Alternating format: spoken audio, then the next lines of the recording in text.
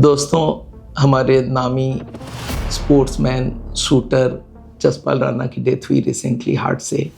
और हमें दो चीज़ के लिए सोचना पड़ेगा कि हार्ट अटैक को रोका जा सकता है कि नहीं, और ये स्टेंट के ऊपर कितना भरोसा हम लोग कर सकते हैं। स्टेंट लगाने के बाद भी डेथ हो सकती है क्या, उसका फ़ायदा नहीं भी हो सकता है क्या। तो ये दोनों चीज़ आपको मैं बहुत डिटेल में आज डिस्कस करना चाहता हूँ कि हार्ट अटैक से कैसे बचें और किस जगह में स्टेंट लगना चाहिए, कहाँ नहीं भी लगना चाहिए।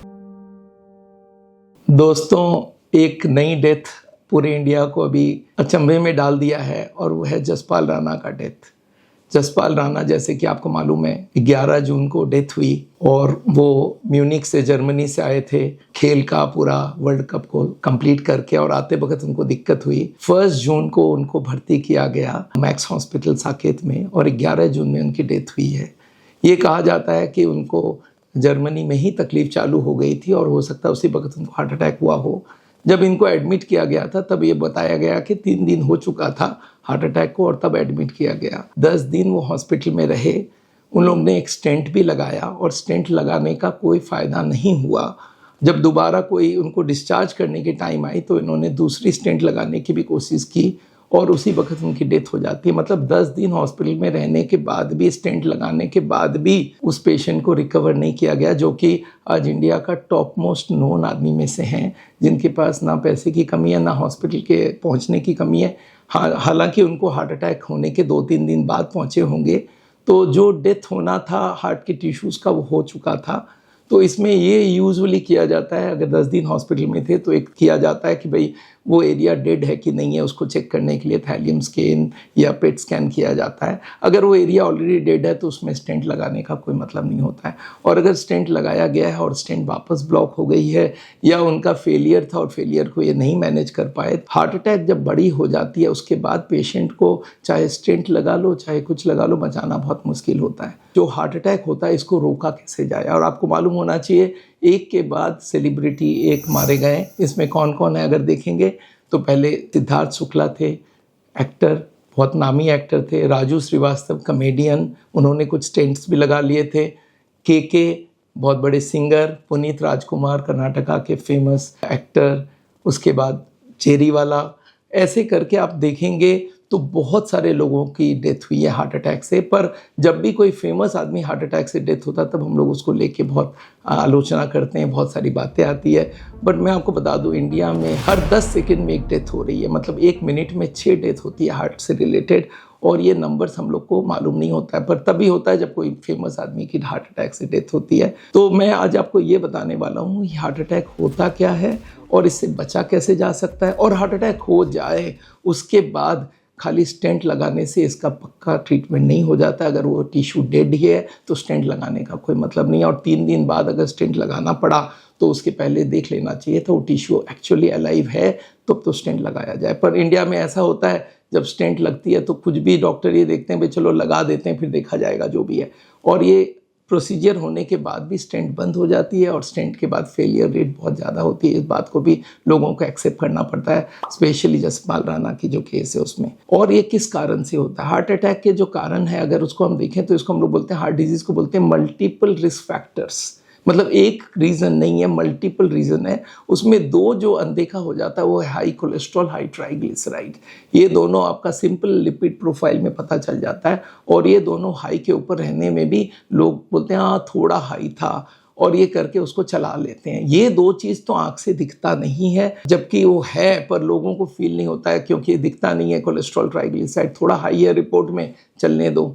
अदरवाइज क्या क्या है, जैसे वजन है तो जसपाल राणा का ठीक था, हो सकता है ब्लड प्रेशर, डायबिटीज़ भी नहीं रही हो क्योंकि हेल्दी माना जाता था उनको, हेल्थ के बारे में बहुत सावचेत था। पर बहुत सारे कारण होता है उसमें, स्ट्रेस होती है, स्मोकिंग होती है, लैक ऑफ फिजिकल एक्टिविटी होती है, बहुत सारे फैक्टर्स मिलके हार्ट की बीमारी होती है। 14 फैक्टर हम लोग इसमें मानते हैं। उसमें फल सब्जी कम खाना हो सकता है, ज़्यादा फैट खाना हो सकता है, नॉनवेज खाना हो सकता है, स्मोकिंग या टोबैको चीविंग भी होता है। तो ये सब कारण अगर रहती है तो हमारे हार्ट के ट्यूब्स के अंदर ब्लॉकेज बढ़ती रहती है, और ब्लॉकेज जब बढ़ता रहता है तो ये समझ लीजिए 70-80 ब्लॉकेज तक पता भी नहीं चलता मरीज को। और उसके बाद क्या होता है, या तो उनको पता चल जाता है, चलने फिरने में दिक्कत होती है, और नहीं तो वो पर्दा, उसके ऊपर का एक मेम्ब्रेन होता है, वो रप्चर कर जाता है, और मेम्ब्रेन रप्चर करते ही वहाँ पे एक क्लॉट आती है और वो 100% ब्लॉकेज बना देता है। उस दिन बैठे बैठे दर्द होती है, और उसको बहुत सारे लोग एसिडिटी करके भूल जाते हैं एसिडिटी हुआ होगा। और जसपाल राणा के वक्त भी यही हुआ, उन्होंने सोचा होगा एसिडिटी है, 2-3 दिन डिले हुआ। वो 1 तारीख को एडमिट हुए हैं, हो सकता है 2-3 दिन पहले से उनको जर्मनी में ही दिक्कत हो गई हो, पर 1 तारीख में जब वो लोग लैंड किए, हॉस्पिटल गए और हॉस्पिटल में पता चला उनको हार्ट अटैक हो चुका है। तो ज़रूर उनके पास कोई ना कोई कारण रहा होगा। तो लोगों को ये आता है सब ये कारण हम ढूंढे कैसे। तो पहला काम है आपको एक लिपिड प्रोफाइल करना है। लिपिड प्रोफाइल में कोलेस्ट्रॉल अगर 150 से ज़्यादा है, 200 के आसपास है तो बहुत खतरनाक बात है, और ट्राइग्लिसराइड अगर 150 के ऊपर है तो खतरनाक बात है। तो ये लोएस्ट में ला के रखना चाहिए। 130 कोलेस्ट्रॉल की रेंज हम चाहते हैं, ट्राइग्लिसराइड का 100 चाहते हैं। अगर ये 2 रहता है तो हार्ट अटैक के चांस करीब 90% खत्म है। उनको हेल्प कौन करता है? फैट को डिपॉजिट करने में ब्लड प्रेशर करता है, शुगर करता है, मोटापा करता है, स्ट्रेस करता है, स्मोकिंग करता है। ये और फल फूल नहीं खाएं, एंटीऑक्सीडेंट की कमी हो, फाइबर की कमी हो, ज़्यादा नॉन वेजिटेरियन फूड खाते हो, ज़्यादा तेल खाते हो, एक्सरसाइज नहीं करते हो, ये सब के वजह से हार्ट की बीमारी होती है। तो ये सब जिनके पास कमी है, लिपिड प्रोफाइल में कमी है, या बीपी शुगर ज़्यादा है, या वजन ज़्यादा है, कोई का फैमिली हिस्ट्री है, तो ऐसे लोगों को हम लोग बोलते हैं आप इनको एसेस करो। अगर ये सब हाई है तो आपको एक सीटी कोरोनरी स्कैन कर लेना चाहिए 30 साल के पहले पहले कि आपकी ब्लॉकेज है कि नहीं है। अगर जसपाल राणा जी का सीटी स्कैन हो जाता तो पहले ही पता चल जाता कि मेरी ब्लॉकेज 40 है, 50 है। ये ब्लॉकेज बढ़ने की स्पीड बहुत कम होती है, 2-3% पर ईयर। तो मान लो 20 साल में ब्लॉकेज शुरू हुआ, 49 ईयर्स था तो 29 ईयर्स हो गया ब्लॉकेज बढ़ने का। ब्लॉकेज बढ़ रहा था, पता नहीं चलता, क्योंकि जब तक 70-80 ब्लॉक नहीं होती है, क्योंकि गॉड ने हम लोग को 70-80% एक्स्ट्रा ब्लड दिया हुआ है, तो 70-80% जब तक ब्लॉक नहीं होती है, जब तक तो कोई तकलीफ भी नहीं होती है। तो पेशेंट ये सोचता है मैं तो हार्ट का पेशेंट हुई नहीं, और घूमता फिरता है, हर काम कर सकता है, दौड़ भी सकता है 70 ब्लॉकेज तक। तो ये सोचता है मैं जब दौड़ सकता हूँ तो मैं हार्ट का पेशेंट कैसे होऊंगा। पर अंदर ही अंदर ब्लॉकेज बढ़ता है, और इसको चेक करने का सबसे बढ़िया तरीका आजकल सीटी एंजियोग्राफी।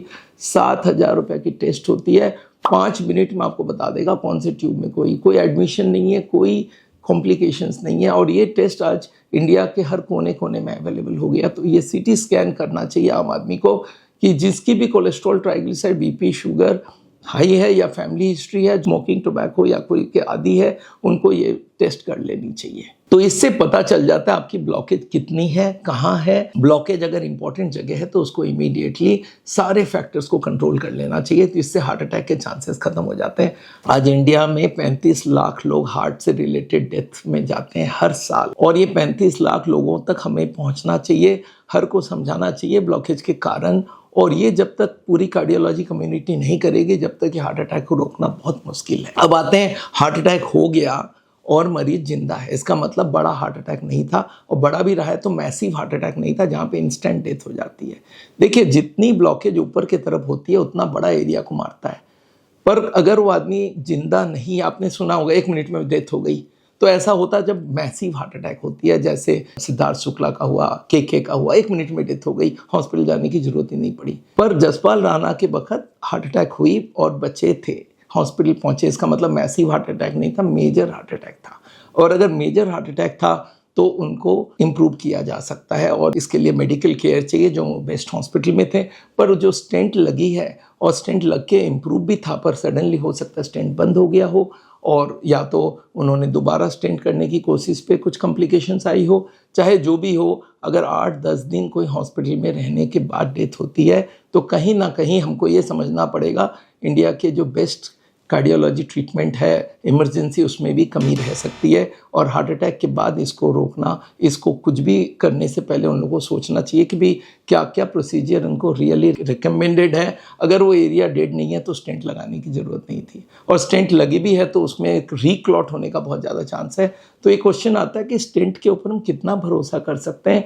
अगर स्टेंट लगने के कुछ दिनों बाद एक पेशेंट की फिर से डेथ होती है तो इसका मतलब है हार्ट अटैक दोबारा होती है, या क्लॉट रप्चर होती है, तो इसका मतलब है कहीं ना कहीं पे मॉडर्न मेडिकल ट्रीटमेंट भी पूरा नहीं है। स्टेंट लगाने के बाद कितनी भरोसा हो सकता है ये हमें भी नहीं मालूम, पर मैं देखता रहता हूँ लोगों के 5-5, 10-10 स्टेंट लगे हुए हमारे पास आते हैं। तो मैं लोगों को बोलता हूँ, एक हार्ट अटैक करने ही मत दो, उसके लिए जो प्रिकॉशंस है मैंने आपको समझाया है।